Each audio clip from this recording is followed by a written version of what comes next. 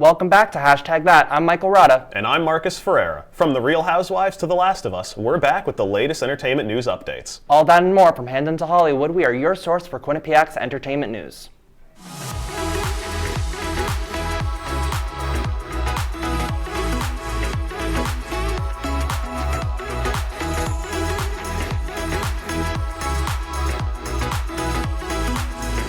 From Hamden to Hollywood, we are your source for Quinnipiac's entertainment news.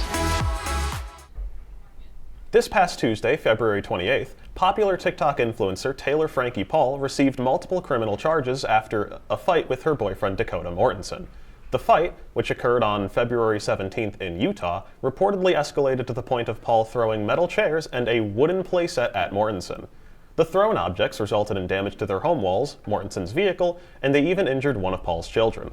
Paul's 5-year-old daughter Indy and her 2-year-old son Ocean come from her ex-husband, but their reported presence during her fight with Mortensen have resulted in multiple counts of child abuse. This is on top of multiple counts of domestic violence, aggravated assault, and criminal mischief. Regarding the fight, Utah police said, quote, Mortensen reported feeling scared for his life. Mortensen was observed with redness and swelling around his eyes, swelling on his elbow, scratches on his fingers, and a laceration on his neck, end quote. It is currently unknown how long she could be arrested for and if she will retain custody of her children. A court date is scheduled for March 21st.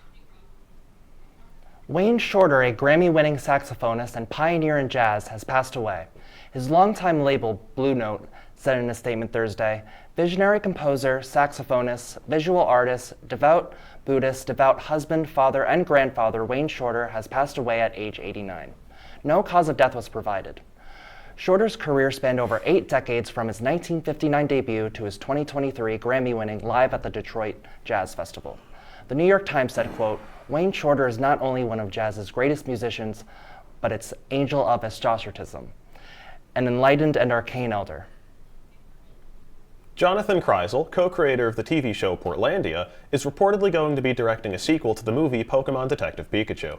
The original film released in 2019 and went on to become the second highest grossing video game film adaptation ever, with a box office of $433 million. The film's production company, Legendary Pictures, stated months before the film's release that they were developing a sequel, but a later statement in 2021 said that a sequel would not be likely. However, a new statement this February confirmed that they are actively developing a sequel, with reports later stating on March 3rd that it will be directed by Jonathan Kreisel and written by Chris Galletta, known for writing the film The Kings of Summer. No deals or castings have come out about the film yet, but insiders believe that Ryan Reynolds, who starred in the original film as the titular Detective Pikachu, will be making a return. The film seems to be in very early production, and there was no mention of it during the recent National Pokémon Day on February 27th, so it is unlikely that there will be an official announcement anytime soon. Jack Kesey has been cast as the new Hellboy in the reboot titled Hellboy the Crooked Man. Kesey is mostly known for his series The Strain and in Deadpool 2. He will be the third actor to take on the role, the first two being Ron Perlman and David Harbour. The new film will be directed by Brian Taylor, whose previous works include Crank and Ghost Rider The Spirit of Vengeance. Jonathan Younger, co-president of Millennium, said, quote, Jack Kesey is a dynamic actor who has the ability to morph into his roles.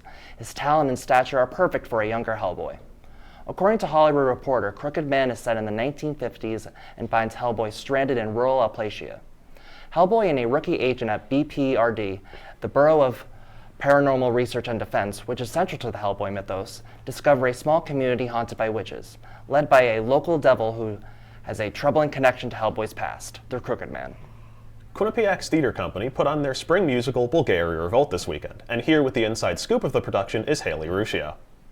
Hey hashtag, I am at the Theater Arts Center where Quinnipiac's spring musical Bulgaria Revolt is being held. I had the opportunity to speak to some of the cast and crew and talk to them about the behind-the-scenes process of putting on the show. The director of the show, Elizabeth Dinkova, was actually the co-creator of this show. She wrote it with someone else, and then there was also someone else that wrote all the music for it. This show has only been done once, and it was for her thesis at Yale. We were the second people to do it and sort of bring it to life, which was really fun because you got to make a lot of very personal choices. I don't think I've ever done a musical as Bulgaria Revolt. It fits essentially 3 different worlds into one musical in a way that I've never seen done before. There's this really dark element to it that is overlaid a lot of the time by comedy. It always always is walking that fine line that I think is really interesting to work with. Bulgaria Revolt is based on a real story, a real poet named Geo. Geo Mila was actually a poet in the 1920s. His wife was Mila. His poems were working against the government and the fascist dictatorship of their government at the time, did not like him for it, and they wanted to persecute him. He had to make that choice, whether he wanted to run with his wife and his family, or he wanted to die for his country and die for what he believed in. And in the end, unfortunately, he was taken by the government. Mila had no idea what happened to him until 50 years later they found his skull in a mass grave. The story essentially starts on the night of his disappearance before the government gets him, where the devil appears and offers Geo a chance to sell his poem to the devil, in effect to get rid of its existence and all of the consequences that come with it. When Mila and the devil get in an argument over whether or not that should be done, a musical ensues. One musical on behalf of the devil to convince Geo not to keep his poem and to give it to the devil, and one on behalf of Mila to convince Geo that what he's doing is just. The message of Bulgaria Revolt is to stand up for what you believe in, and sometimes it might not end in a very ideal way, but if you don't stand up to someone of power that is using their power for bad, then you'll never have any good. If you come to see the show, I hope it makes you view things in a different perspective. The show is all about the different perspectives of individuals based off of their experiences with revolution, and I think that sitting down and really letting yourself just embark on the journey and leaving yourself open to the idea that maybe things are not exactly what you thought they would be. I hope the audience takes away the story, and I hope they realize that you can make a change in this world. You just need to have a strong opinion, and you need to have this desire to change something. There's always room for change, whether you feel like you have power or not. Thanks to Amari and Alexa for their inside look into Bulgaria Revolt. We'll be right back after this commercial break. Multiple studies have shown that marijuana can slow both driver reaction and response time, which can be really dangerous. It's here. It's here. Wait. What? I can't drive. Why? My. Oh.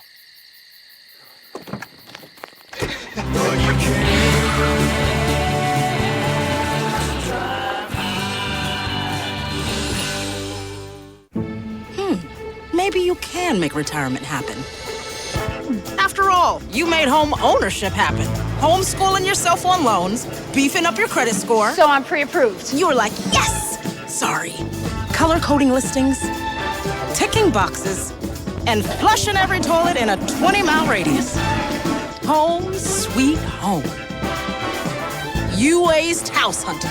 Now get the tips you need to get on track at aceyourretirement.org.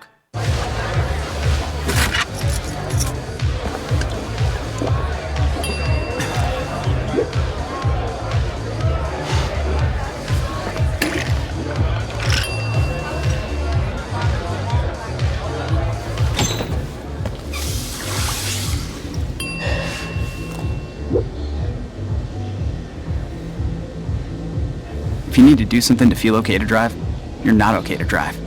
Don't drive buzzed. The Attack on Titan special just came out, and here to discuss the history and audience criticisms is Alex Kendall. What's up, hashtag? It's Alex, and I've been very busy this weekend poring over the final part of the anime Attack on Titan. In honor of its long run, I'll be covering the history, audience reception, and my own final thoughts about this anime up until this point. I'll also be entering into major spoiler territory in the second half of this video, so fans, be warned. But without further ado, let's get right into it. Attack on Titan was created by Hajime Isayama and began as a manga or comic book in Japan in 2009. It started serialization in Kodansha's monthly magazine from September of 2009 to April 2021, with an anime adaptation coming shortly after in 2013, reaching massive global success. However, despite this, there's been a great deal of criticism coming in since the decision to split up the show's final season into 3 parts, spanning over multiple years.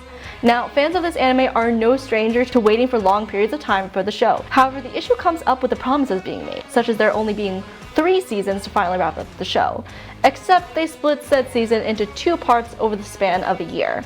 or that, okay, there will be a final season, but only one more. Oh, and that will also be broken up into 3 parts, spanning over a few more years. After that, audiences were very frustrated from the back and forth, and at this rate, since the manga was already finished, there were only a few more chapters left to animate. And in all senses of it, half of the audience was divided, with criticism towards the studio milking it as a cash cow, with the other half being directed towards the creator himself and how he decided to end such a successful show. Since the release of the final chapter, fans have been slamming Isayama with criticism on the ending, so much so that there were rumors and speculation about the creator making an anime-only ending for his decision in the manga in an attempt to appease his fan base. With the last and final parts of the season being split up into 2-hour-long specials, only time will tell if this rumor will bear fruit or not. However, after watching the hour-long special, as of right now, the anime is still on track with what the manga has mapped out. While I have doubts that there will be an anime-only ending, at least for me, I enjoyed Isayama's vision from start to finish. I also support MAPPA's decision to make these final parts into hour-long specials, to take their time in fully realizing Isayama's vision from paper to screen. Especially given the fact that as an animation studio, MAPPA has exceeded my expectations beyond compare. If there's any studio to do right by the show, it would be MAPPA. I'm excited to see what this final season's final part will entail, but that's it from me. Back to you guys at the desk. Here to help keep it real, Erin Russell's back with this week's hashtag Let's Get Real. So let's see what she has in store for us. Thanks, guys. Let's jump right into our first story. The Real Housewives of Atlanta has another divorce on their hands. Drew Sidora and Ralph Pittman filed for divorce on February 27th after 9 years together. They share 3 kids, the oldest from one of Sidora's prior relationships. Sidora said in a statement, quote, "After 8 years of wholeheartedly fighting for my marriage, I have made the agonizing decision to release my husband with love.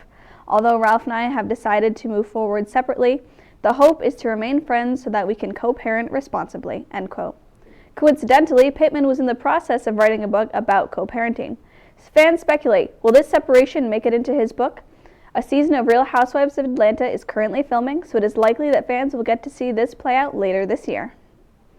Vanderpump Rules' Stassi Schroeder is expecting her second baby with husband Beau Clark. The pair was married in September 2020 and welcomed their daughter, Hartford Charlie Rose Clark, in early 2021.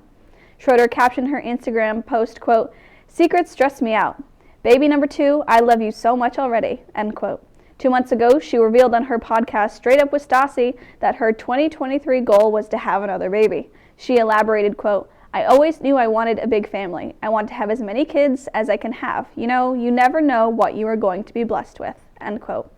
Bravo Celebrities, the celebrities of the Bravo network, are thrilled at the family's expected addition. On March 1st, Molly and Jason Mesnick celebrated their 13th wedding anniversary. The pair met on Jason's season of The Bachelor in 2009 and did not leave engaged. In fact, Jason proposed to Melissa Rycroft on the final episode of season 13. Soon after, he left Rycroft and returned to his runner-up, Molly, after confessing his love for her during After the Final Rose. The couple was married on air on February 27th, 2010. In his Instagram post, Mesnick exclaimed, quote, "We have built such an amazing life together, and I can't wait for what the future holds," end quote. Jason and Molly proved The Bachelor can inspire true love and lead to happily ever after. That's all I have for this week's hashtag Let's Get Real. Back to our hosts. Now, I don't know about you, Marcus, but I've been pretty invested in HBO Max's The Last of Us. Here to compare the show to The Walking Dead is Michael Katz-Flynn. Hey, hashtag, 1 episode remains of The Last of Us Season 1. It has been a massive hit, not only breaking the video game curse, but giving The Walking Dead a run for its money on the best zombie television show of all time. So today, I'd like to take a look at both of the main characters, Rick Grimes and Joel Miller, and see who's the better zombie survivalist. It's really hard to compare the circumstance of these two situations, since Joel has been living in this world for 20 years, while Rick may have his cop training from before the fall. His journey starts 2 months after. However, Joel's world more closely resembles the old world, while Rick is constantly on the run and trying to rebuild the old world to what it was. So this category gets a tie. Rick is definitely much more of a leader than Joel is, always looking to step up and help people, while Joel likes to stick to his own posse, and it takes a lot more encouragement for him to help. So, leadership, Rick. The zombies in both shows are very different. Clickers from The Last of Us are very dangerous. With the more their fungus grows, the stronger they become. Walkers may attack in larger hordes, but clickers are just so much more deadlier that Joel takes the cake for this.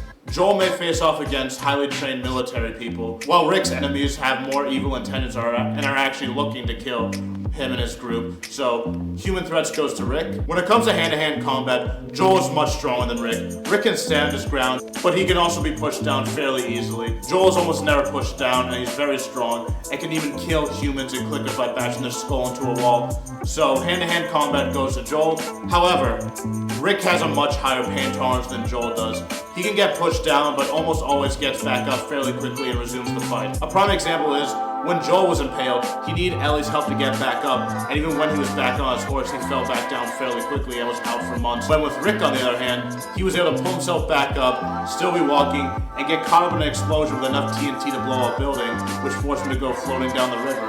And he was still able to survive with all his limbs intact, so durability, Rick Grimes. Rick is definitely a good leader, but doesn't always have a plan, and sometimes just goes into situations charging in without much thought. When with Joel, he's a lot more strategic and thinks very carefully before going into something, and is also very stealthy, so can go from point A to point B without being noticed. So strategy goes to Joel. Rick has his beast mode moments, but he can also be broken.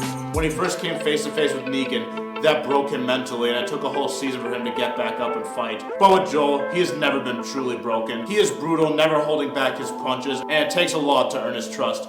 I don't want to spoil the ending for those who haven't played the games, but there's a choice he makes that shows how brutal he truly is. So brutality goes to Joel. With the points tallied up, Joel is definitely the better survivor. I love Rick. He's definitely a survivor, but Joel is just more cut out for this world. That's all we have time for today. We'll be back into this commercial. I know what you're thinking. I need a job. I need a new career. Well, I've been there. I've been there. I've been there. I wasn't happy with what I was doing. After high school, I didn't have a plan. I just wanted to start working. I got laid off twice, but you gotta keep going. You just need the right skills. Find an apprenticeship. I found a 2-year IT program. I found a medical course online. I'm now a consultant in the tech space. You have more options than you think. You can do this. You will find something. You will find something new.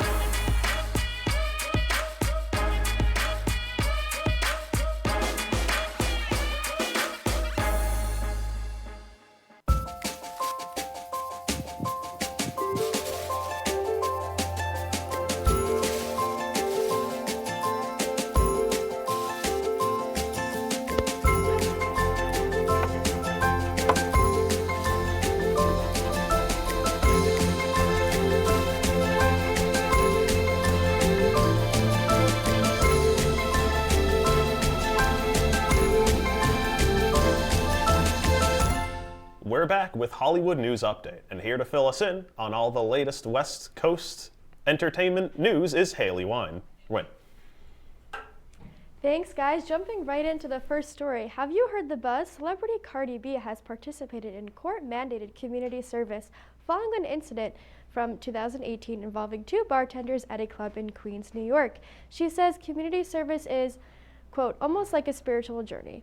Cardi B has posted updates to her social media accounts. February 25th, she tweeted, quote, community service has been the best thing that has ever happened to me, almost like a spiritual journey, because sometimes I leave these centers in tears.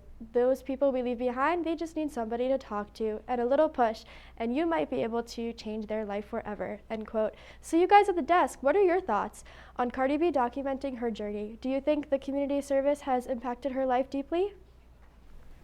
No, I think it's great that she's doing all this and promoting community service, and it has this effect on her. I hope it's her words that she's saying and not someone else saying to say it. What do you think, Marcus? Well, personally, I don't really know if she's exaggerating the truth of this or not, but either way, I think it's a good thing because, like, community service is a really good thing. So even if she's exaggerating it a bit, she's still preaching about something that's good that I think everyone could deserve to hear about. What do you think, Hailey?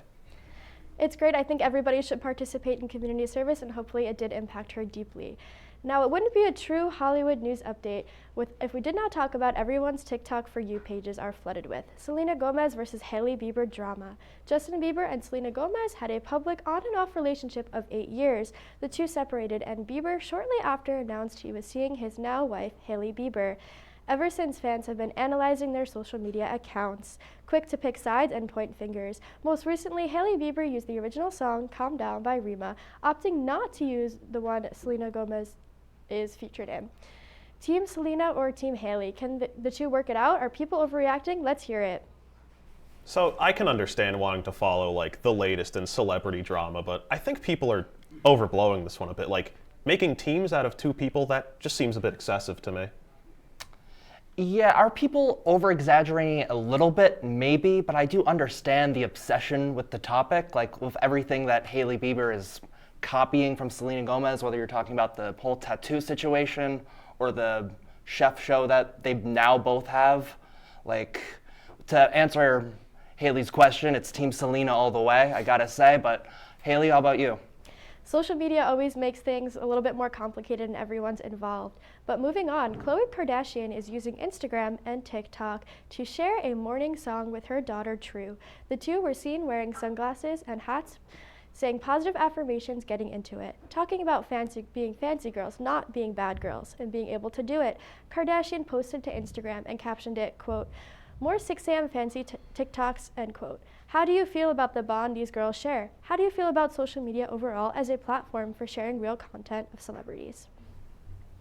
I think it's great that Khloe Kardashian is like promoting like positive self-being, like especially of her being such a big voice and on a platform as big as Instagram. What do you think?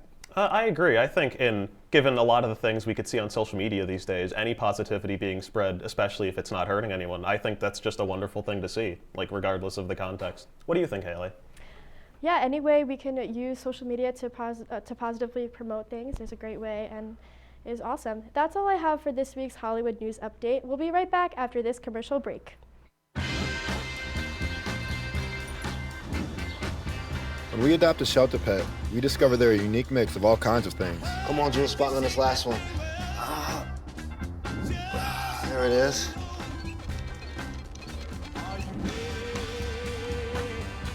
Keep going with it. Leo. They're a little bit of a lot of things, but they're all pure love.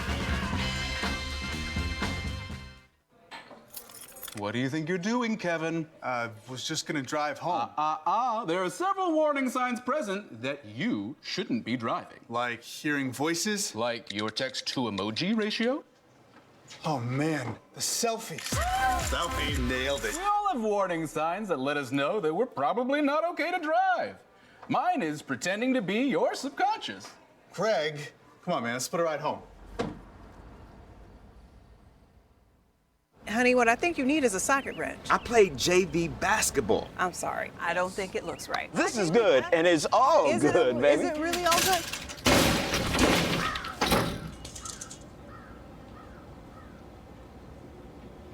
If you love me enough to routinely test your handyman skills, not to mention the strength of your marriage, then of course you'll visit nhtsa.gov/therightseat to make sure I'm in the right car seat.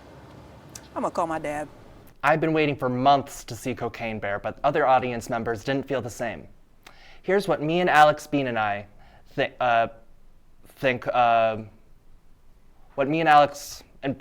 about it. Hey, hashtag. I'm Michael. And I'm also Alex. And today we're going to be talking about the new movie Cocaine Bear. This movie is loosely based on the 1985 story of how a 175-pound black bear overdosed on a package of cocaine. The drugs were apparently dropped from a plane piloted by Andrew Thornton. So Alex, what did you think about the movie?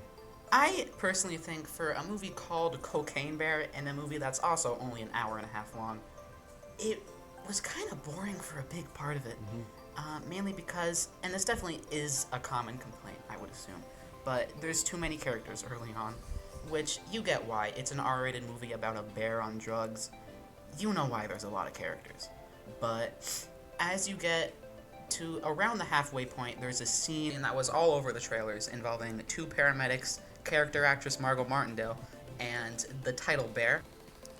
And then, after that scene happens, the movie kind of becomes what it was marketed as. And now there's a lot less characters, there's a lot more tight focus on plots. Unfortunately, though, one of those plots I was actually pretty invested in, which involved Alden Ehrenreich and O'Shea Jackson Jr.'s characters, mainly because they were very involved with the reasoning behind the cocaine being in the woods. But then you would have to intercut that with Carrie Russell's plot, where she's kind of just wandering through the woods aimlessly looking for her daughter that was kidnapped by a rabid animal on cocaine. But yeah, those are basically my thoughts. What do you think? I really enjoyed the movie. Just like you, I thought it had way too many subplots. I really thought that every scene with the bear was so much fun, but the scenes without the bear were very boring. I thought the second half was worth the boring first half. I loved the chase scene you were talking about with the ambulance that we all saw in the trailers. Also, you can tell that this movie did not really have a big budget. There wasn't a lot of the bear, but when you see the bear looks great. Now, the reactions of this movie have been mostly positive, with it having a 69% on Rotten Tomatoes. Opening weekend, it made $23.3 million at the box office. That's all for you guys. I'm Michael. And I'm still also Alex. Back to you guys at the desk. A recent nostalgia debate going on. Michael and I will be playing a game of hashtag debate that nostalgia edition. So let's see the first one. It is the thing I've spent probably the most of my childhood watching. I have to go with the SpongeBob movie here. I do agree. I can quote that movie so much. I love that movie. I'm so surprised the quotes other people say, and I just love it. How about you? It is ingrained in my vocabulary. I agree. Let's see the next. I love the story, the humor. It's just fantastic. It's hilarious. It's nostalgic and also genuinely really funny. Yeah, okay, what's the next one?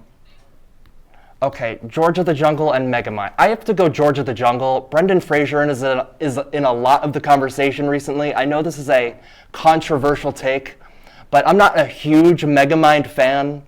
But George of the Jungle, it's just a happy, fun movie. I can just watch that movie just any day of the week. It's just dumb, but in the best way possible. How about you? You know, I'm glad that you feel happy and fun about this, but it's Megamind. Like SpongeBob, it's so quotable, it's so good, it's just amazing. It's so genuinely funny. I disagree, but hey. What about the next one? Let's go to the next one.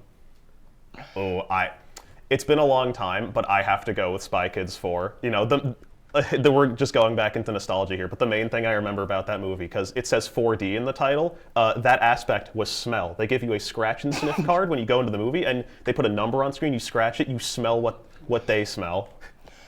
I do not like Spy Kids 4 at all. If it was any other of the Spy Kids movies, I could maybe see a debate, but it's Spy Kids 4 with Joel McHale, and I just don't understand why, but yeah. We'll see. How about the next one? Okay. Shark Boy and Lava Girl and Freebirds. I'm gonna say Shark Boy and Lava Girl, just because just a lot of nostalgia towards it. Looking back now, it's not so great, but I do love the movie. How about you? I have to say Freebirds, just because turkeys going back in time to get Thanksgiving off the menu is just way too funny. It's absurd. Okay. Moving on to Motivational Monday. Foo Fighters member Dave Grohl grilled for 450 homeless people. Grohl partnered with the Hope the Mission Foundation to grill brisket, ribs, and pork just as rain-drenched Los Angeles. The charity is a nonprofit based in LA that aims to prevent, reduce, and eliminate poverty, hunger, and homelessness. President Rowan Van Sleeve said he was ecstatic when he learned one of his favorite rock stars was going to be cooking for the shelter. After all the food was handed out, Grohl was happy to clean up and asked to do more work with the organization. Heather Dubrow, known for starring in The Real Housewives of Orange County, celebrated this past International Son's Day as her son, Ace, came out as transgender. Dubrow made an Instagram post about her son on March 4th with an image of his name written on a beach. She expressed her love and support by saying, quote, "Our job as parents is to give our kids a safe and supportive environment so they can grow up as healthy, happy, confident, independent humans. Since Ace is a 12-year-old child with a long life ahead of him, we will let him tell his own story someday if he chooses to do so, end quote. Fans of the star have been wonderfully supportive of the announcement. That's all we have for this week on Hashtag That. Make sure to follow us on our social media accounts to stay up to date. I'm Michael Rada. And I'm Marcus Ferreira. Thank you for watching Hashtag That from the producers, talent, and everyone working hard behind the scenes. Thank you for watching. We'll see you again next week.